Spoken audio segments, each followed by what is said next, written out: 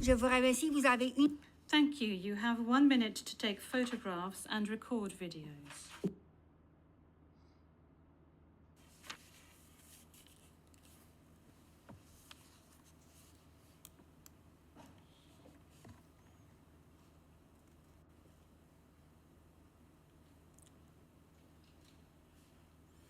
Merci beaucoup. Thank you very much. Court officer, please, could you please call the case? Thank you, Madam President. Your Honours. The situation in the Republic of the Philippines case, the prosecutor versus Mr. Rodrigo Roa Duterte, case number ICC 0121-0125, and we are in open session. Merci beaucoup. Thank you very much. I will now ask the parties to introduce themselves, starting with the Office of the Prosecutor. Please pause before speaking and speak slowly to allow the interpreters to interpret appropriately. May I ask you to introduce yourself and to confirm whether the list of your staff that I received prior to the hearing is correct, Mr. Prosecutor? Your Honours, good morning. The list is correct. Once again, Deputy Prosecutor Manjay Niang to my left, Trial Lawyer Edward Jeremy behind us, Trial Lawyer Robin Croft, International Cooperation Advisor Chantel Daniels, and our very able case manager, Grace Go. I'm Karim Khan, the prosecutor. Merci beaucoup. Thank you very much. I now turn to the counsel for the defense of Mr. Duterte. As everyone can see, Mr. Duterte is present and is attending the hearing via video link. As Mr. Duterte made a long journey involving a considerable time difference, the chamber authorized Mr. Duterte to follow the hearing at a distance. His counsel, however, is present with us in the courtroom. Thank you, counsel. Please introduce yourself. Good afternoon, Your Honors. I am Salvador C. Medjaldea, counsel for Rodrigo Roa Duterte. Merci beaucoup. Thank you very much. Thank you very much, counsel. I will now introduce the chamber. By my side, we have the Judge Reine Adelaide Sophie Alapine Gansu, the Vice President of the Court, and Judge Maria del Socorres Flores Liera. I am the presiding judge of the pretrial chamber 1 of the court, and my name is Julia Antonella Motok. Now, I would like to speak to you, Mr. Duterte. I'm speaking French, but you are receiving interpretation of what I'm saying in English. I understand that you are at ease in the English language and that the interview yesterday at the detention center was conducted in English and that you did not deem it necessary to request interpretation into any other language during this interview. This said, I would like firstly to confirm your identity. Could you provide us with your full names, please? I'm Rodrigo Roa Duterte.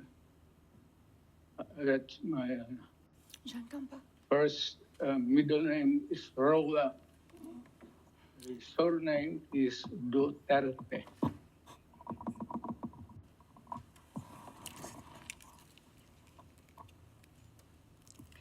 Merci beaucoup. Thank you very much. What is your date of birth? Again,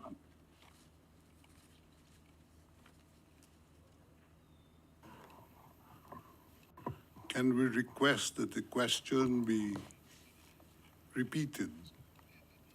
I don't think he heard it.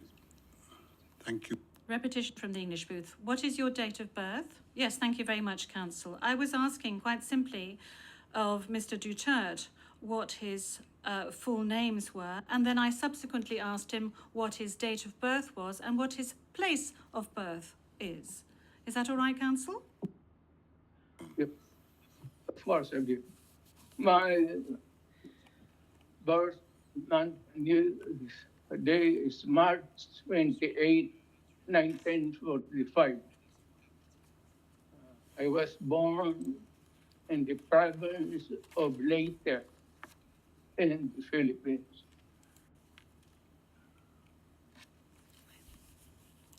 Merci beaucoup. Thank you very much. As a preliminary point, very well, thank you, Mr. Duterte. As a preliminary point, it is useful to clarify the nature and limited scope of this first appearance hearing. Today's hearing is neither the start of the trial, nor is it a confirmation of charges hearing. During today's hearing, no evidence will be collected or presented, and the issues of Mr. Duterte's guilt or innocence will therefore not be addressed. In accordance with Article 61 of the Rome Statute, the Court's founding treaty, and Rule 1211 of the Rules of Procedure and Evidence, the main purpose of this initial appearance is to answer 3 questions. Firstly, the Chamber must ensure that the person who was the subject of the arrest warrant has been informed of the crimes of which he is accused. Second, the Chamber must ensure that this person has been informed of his rights as recognized by the Rome Statute. Third, the Chamber must set a date on which it intends to hold a confirmation of charges hearing.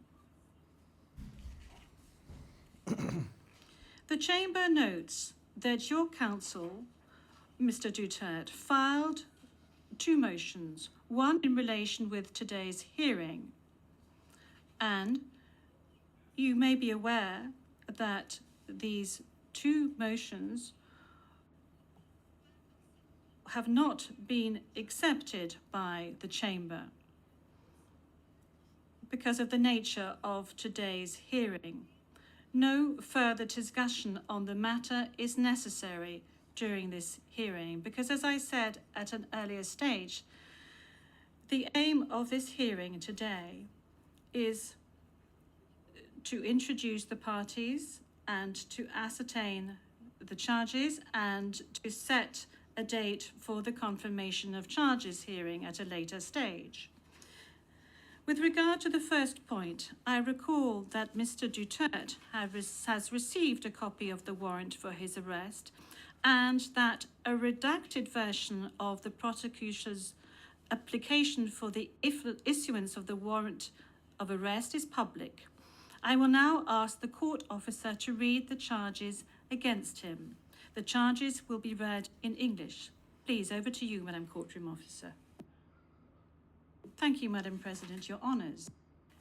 On 7 March 2025, Pre-Trial Chamber 1 concluded that there were reasonable grounds to believe that Mr. Duterte is criminally responsible pursuant to Article 25(3)(a) of the Rome Statute as an alleged indirect co-perpetrator for the crime against humanity of murder pursuant to Article 7(1)(a) of the statute as follows. A. Murder of at least 19 persons, allegedly drug pushers or thieves, killed by members of the Davao Death Squad in various locations in or around Davao City, Philippines between 2011 and 2016. B. Murder of at least 24 persons, allegedly criminals, such as drug pushers or thieves or drug users, killed by or under the supervision of members of the Philippines law enforcement, sometimes with the assistance of persons who were not part of the police, at various locations in the Philippines between 2016 and 2019. Merci beaucoup, Madame la... Thank you, Madam Courtroom Officer. Mr. Duterte, I'm not going to ask you to stand up because I know your condition, so I'm going to allow you to remain seated. You have just heard the reading of the charges, which are in accordance with the content of the arrest warrant you received. This means that you have been informed of the crimes of which you are accused. And this concludes the examination of the first point mentioned above. I will now turn to the second point, which concerns your rights as a suspect before this court. I will summarize some of these rights, which are of particular importance at this stage of the proceedings. Those rights are as follows.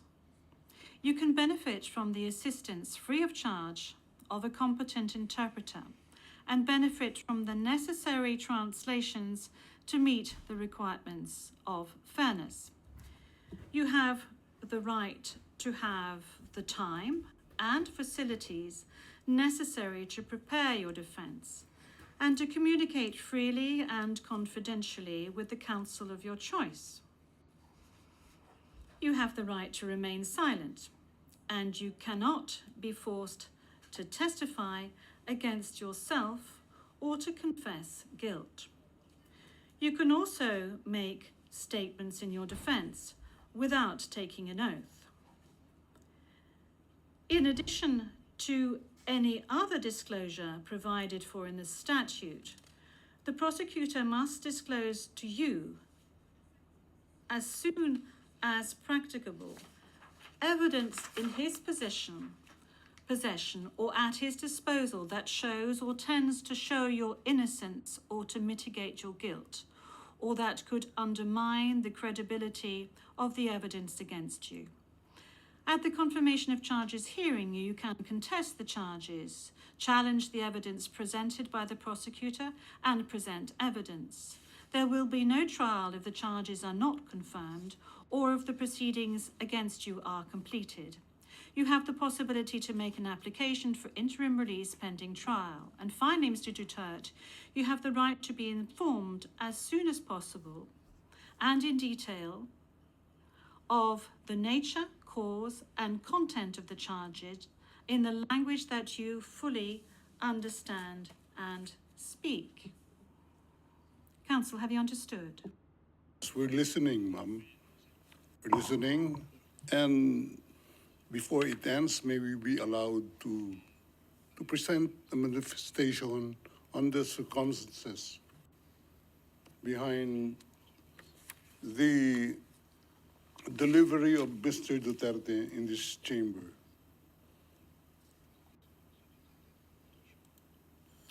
Oui, maître, je dois d'abord demander. Yes, counsel. This is as part of the procedure, and as we've said since the very outset, I need to ask Mr. Duterte himself to make observations as to the condition of his surrender to the court and the conditions of his detention at the detention facility of the court since his arrival. If he can please tell us these details. Thank you. Can I? Oui, maître. Oui. The presiding judge. Yes, counsel. Please. 2 days ago, the whole world has witnessed the degrading fashion in which a former president of a sovereign country was bundled into a private aircraft and summarily transported to The Hague. To us lawyers, this would be called an extrajudicial rendition. To the less legally inclined, it was a pure and simple kidnapping. My client was denied all access to the legal recourse in the country of his citizenship, and this all in the nature of political score settling. Two troubled entities struck an unlikely alliance, an incumbent president who wished to neutralize and choke the legacy of my client and his daughter on the other hand, and a troubled legal institution subject to delegitimization and desperate for a price cuts and a legal show today, on the other hand. With this in mind, it is not surprising that my client was abducted from his country. ICC private jets do not drop out of the thin air. That jet which received my client was coordinated in advance. The UAE is not a state party to the ICC and has no obligation to cooperate with the court. Yet my client sat in transit in that country for more than 5 hours. I invite the registry's representative to present today in court to explain to the judges exactly how they believe this transfer was anything other than a gross abuse of process. Given the precipitous arrival of my client, an elderly man with debilitating medical issues, hard of hearing and poor of sight, he was taken to a hospital for observation. Only this morning have I met him for the first time with less than an hour to discuss legal issues. I have not been able to present him with a hard copy of the arrest warrant because we were not supplied with such. I have not even been able to explain to him what the prosecution requested when seeking the issuance of the arrest warrant. This is because the chamber only established a redacted version of the prosecution request last night. Other than to identify himself, my client is not able to contribute anything to this hearing. Most importantly, he is not able even to tell you that he has been informed of the charges as contained in the arrest warrant for a reason more pertinent to which I alluded in my written request to this honorable pretrial chamber this morning, and which is confidential in nature. Accordingly, I repeat my respectful request, which was rejected this morning, to postpone the substantive aspect of this hearing to the next week, when I will have the opportunity to sit with my client and to explain to him what a confirmation hearing is and what the disclosure is, and how the prosecution alleges that he committed crimes. I thank the court for its attention and regret to say that I do not have instructions to continue my submission any further today. Thank you.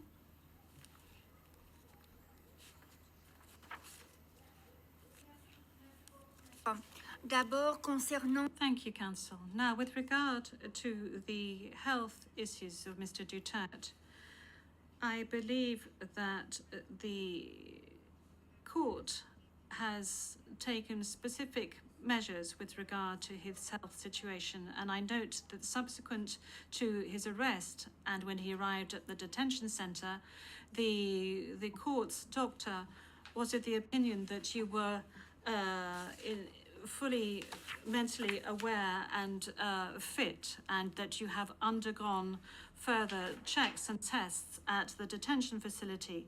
And when you broached health matters, that's saying that you were not able to come to the hearing, the doctors who consulted with you were of the opinion that Mr. Duterte was not in a position to come to the hearing physically, but that if he gave a written permission, he would be able to take part via video link. Now, that is with regard to the health matters that you just mentioned. They are very important, especially concerning the matter of age. Now, with regard to the rights of Mr. Duterte, we have before us the registrar's or the registry's report that says that Mr. Duterte has been informed of his rights, including Articles 66 and 67 of the Rome Statute, and that that he is aware of his rights and that he is also aware of the charges against him. We have before us the report of the registry saying that he was also aware of the warrant of arrest in the English language and that he is very well versed in the English language. Once again, you have the possibility of these charges being read in English, which was the case today. I have read to you in the French language the rights that he has, Mr. Duterte, before this court, and I'd like to specify once again that this is an initial hearing. In order for Mr. Duterte to be aware of his rights and the charges against him. And then there will be a full procedure that will unfurl leading up to the confirmation of charges that will enable Mr. Duterte to raise all the matters that you have just raised with regard to the warrant of arrest, with regard to the crimes committed, with regards to the charges, and any other matters associated with his arrest, and the matters of jurisdiction of the court. You have the opportunity to do this throughout these proceedings leading up to the actual confirmation of charges hearing. Now, counsel, with regard to your request for another hearing to be held next week, well, your initial request, that was, this was not accepted by the court. Now, you have seen the two decisions of the court that have been disclosed to you, and you are aware of the fact that these two decisions were refused. And this is by dint of the fact that this first initial appearance hearing does not need much preparation, as I have said to you on a number of occasions. I am now going to move on to the third stage, which is to set the date for the confirmation of charges hearing. After assessing all factors, including the need for the parties and participants to adequately prepare, as well as Mr. Duterte's rights, including his right to be tried within a reasonable time, the date for the commencement of the confirmation of charges hearing is September the 23rd, 2025. I would add that in accordance with Rule 1217 of the Rules of Procedure and Evidence, this date may be postponed by the Chamber depending on the progress of the proceedings, either on its own motion or at the request of the prosecutor or the defence. Before concluding this hearing, I would like to inform the parties of the next procedural steps. First, I would like to recall that in accordance with Rule 1212B of the Rules of Procedure and Evidence, the Chamber holds status conferences to ensure a small exchange of information under satisfactory conditions. These conferences are organised either ex officio or at the request of the prosecutor or the defence. Secondly, a set of decisions will be taken in a timely manner to ensure that the proceedings progress smoothly and expeditiously. More specifically, I am referring in particular to a decision on the arrangements and procedure for the disclosure of evidence, and a decision setting a timetable for the disclosure of evidence in such a way as to ensure orderly and efficient disclosure between the parties. In this regard, the Chamber orders the prosecutor to begin disclosing today the information on the basis of which the warrant of arrest was issued, and to complete this disclosure no later than within the next 7 days. The Chamber will also issue a decision on the participation of the victims who, according to the statute of the court and to the extent permitted by the Chamber, are authorised to present their views and concerns at this stage of the proceedings. We have come to the end of Mr. Duterte's first appearance hearing. I would like to thank all the participants in this hearing, the interpreters, and the stenographers. This concludes today's hearing.